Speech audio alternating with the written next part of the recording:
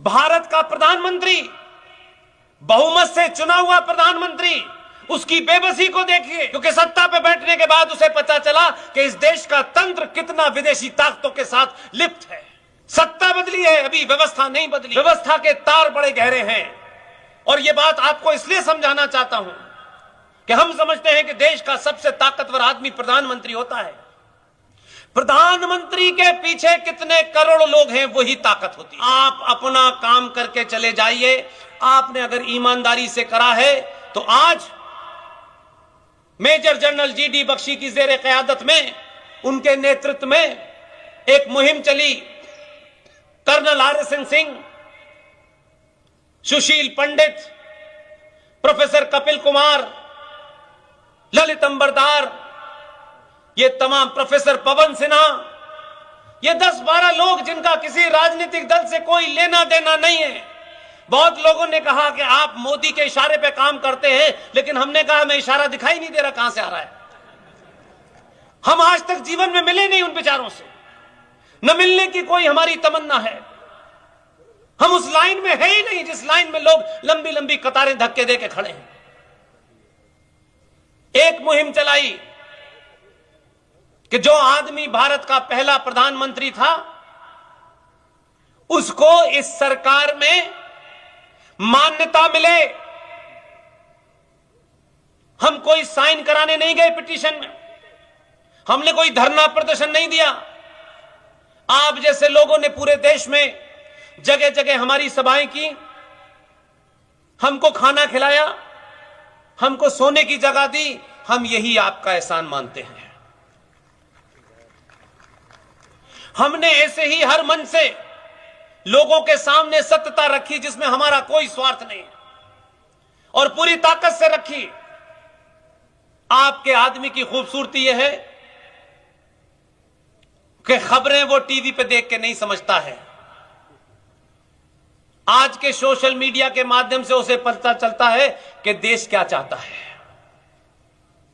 उस मुहिम के बाद सुभाष चंद्र बोस के बारे में जितनी भी फाइलें गुप्त रखी थी, उन्हें सार्वजनिक कर दिया। बहुत सारे तथ्य बाहर आ गए। एक माहौल बनाना पड़ता है किसी काम को करने से पहले, और तथ्य बाहर आए। और सोचिए जरा, आज आप यहां बैठे हैं, बहुत सारे लोग पिछले 36 घंटों में मुझसे मिले, बहुत सारी बातें की, मुझसे सवाल पूछे। मैंने कहा मैं सवाल का जवाब नहीं देता भाई। मैं जो कुछ कह रहा हूं, जो मेरी टीम, हमारे साथी कह रहे हैं, उसकी प्रामाणिकता को सार्वजनिक मंचों पे देखिए, हमसे सवाल मत पूछिए। बहुत लोग हमारे बारे में बड़ी गलतफहमी बनाए हुए हैं। हम किसके लिए काम करते हैं? हां, हम काम करते हैं। किसके लिए काम करते हैं? हमारे मूल में राष्ट्र है, कोई पार्टी, कोई संगठन नहीं है। हम डंके की चोट पे कहते हैं हम काम करते हैं। हमको हिंदुस्तान के किसी पद की कोई आवश्यकता नहीं है, ना हमारी ख्वाहिश है।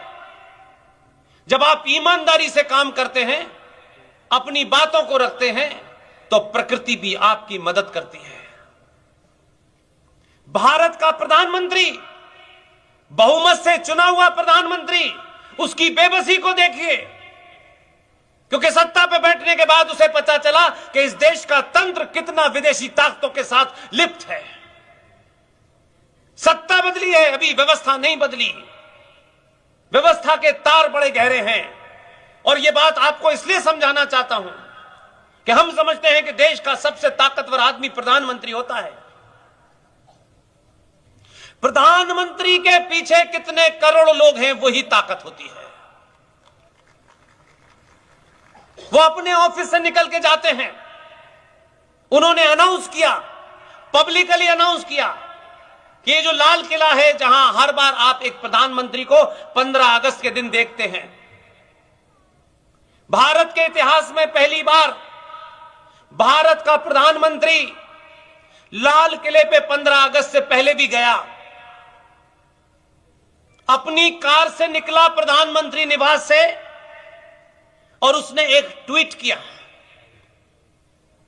और ट्वीट क्या किया उसने कहा कि मैं 21 अक्टूबर को लाल किले पर सुभाष चंद्र बोस की जो तमन्ना थी, जो ख्वाहिश थी, जो उनकी चाहत थी कि लाल किले पे झंडा फहरे, और 21 अक्टूबर 1943 को उस संयुक्त भारत में आजादी की पहली घोषणा करने वाले सुभाष चंद्र की उस डेट को 21 अक्टूबर को प्रधानमंत्री अपने कार्यालय से निकल करके जब कार में बैठता है, एक ट्वीट करता है।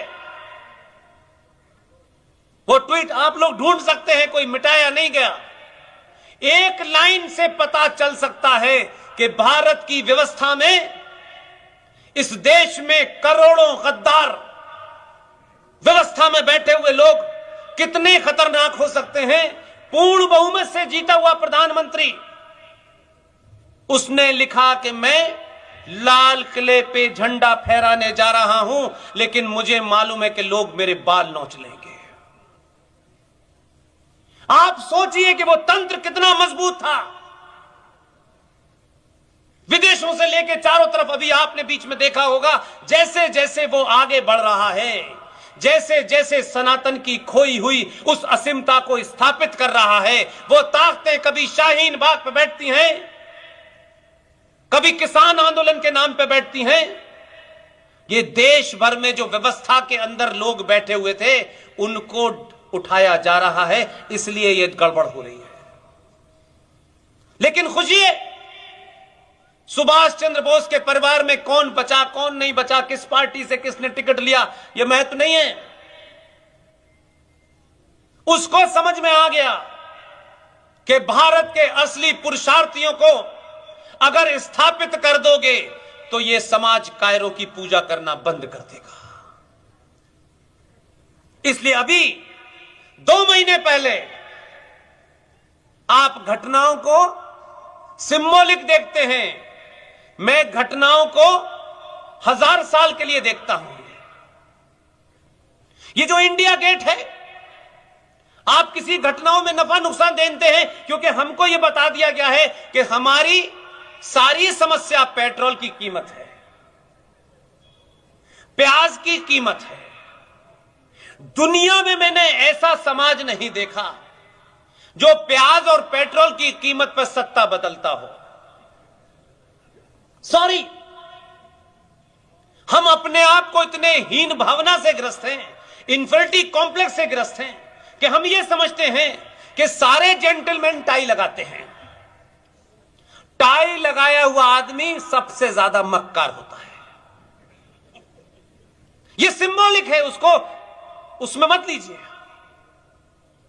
आपको बताया गया कि भारत बहुत बैकवर्ड है, भारत में जेंडर जस्टिस नहीं है। यह कौन बता रहा है? जो 244 साल से दुनिया की सबसे पुराना लोकतंत्र की दुनिया को ज्ञान देते हैं, बहुत आधुनिक है, बहुत तरक्की की है, सिलिकॉन वैली बना ली, ये बना लिया, वो बना लिया। हमारे बड़े भाई आपके बीच में यहां आए हुए हैं अहमदाबाद से, अरुण पटेल जी अमेरिका में रहते हैं, आपके अहमदाबाद के हैं, लेकिन जब तक ये अहमदाबाद का पानी न पी ले इन्हें मजा नहीं आता अमेरिका में, बीच बीच में आ जाते हैं। वही अमेरिका आपको ज्ञान दे रहा है कि भारत की महिलाओं के साथ में अत्याचार होता है, अनाचार होता है, इन्हें बराबरी का दर्जा नहीं है। 244 साल में उस अमेरिका ने जो महिलाओं की बराबरी की बात कर रहा है, एक बार भी हिम्मत नहीं हुई कि राष्ट्रपति किसी महिला को बना पाता। हमसे जेंडर जस्टिस की बात करने वाले लोग, इतनी लंबी हम कालखंड में गुलाम रहने के बाद भी हमारे देश में एक महिला ने 16 साल तक प्रधानमंत्री का पद संभाला। हमारे देश में एक महिला ने 5 साल तक राष्ट्रपति का पद संभाला। जो हमें जेंडर जस्टिस की ज्ञान दे रहे हैं, महिला के कपड़े उतार करके टेलीविजन पे उससे विज्ञापन कराना जेंडर जस्टिस नहीं है। महिला को शो बॉय की तरह बेचना यह जेंडर जस्टिस नहीं है। हम बहुत पिछड़े हैं, हम गरीब हैं, हमने बहुत सारे काम नहीं किए। हमारा तुलनात्मक अध्ययन करना है तो भाई हम आज 1947 की बात छोड़ दीजिए, हमारे यहां तो अहल्याबाई होलकर जब बहुत छोटी थी तब से राज संभाल लिया था, और उन्होंने राज भी चलाया और राष्ट्र भी चलाया। उनको शादी में जितने मुंह दिखाई मिले थे, यह आपको गौरव का भाव पैदा करेंगी ये घटनाएं। अहिल्याबाई होलकर को जितने पैसे अपनी मुंह दिखाई में मिले थे, उन पैसों का प्रयोग उत्तर प्रदेश में काशी के मंदिरों को ठीक कराने में लगाया। यह है हमारी संस्कृति। बहुत आधुनिक लोग हैं, आपके यहां से पॉपुलेशन के अनुपात में सबसे ज्यादा रेप होते हैं। आप हर छोटी छोटी बात पे तुलनात्मक अध्ययन करने लगते हैं कि पेट्रोल की कीमत बढ़ गई, वहां $3 बढ़ गई, आपको पता नहीं है। यहां इसलिए बढ़ गई कि यहां 80 करोड़ लोगों को कोविड में फ्री खाना भी खिलाना है। ये नहीं देखना चाहते आप। यहां कुछ लोगों को फ्री बिजली भी चाहिए।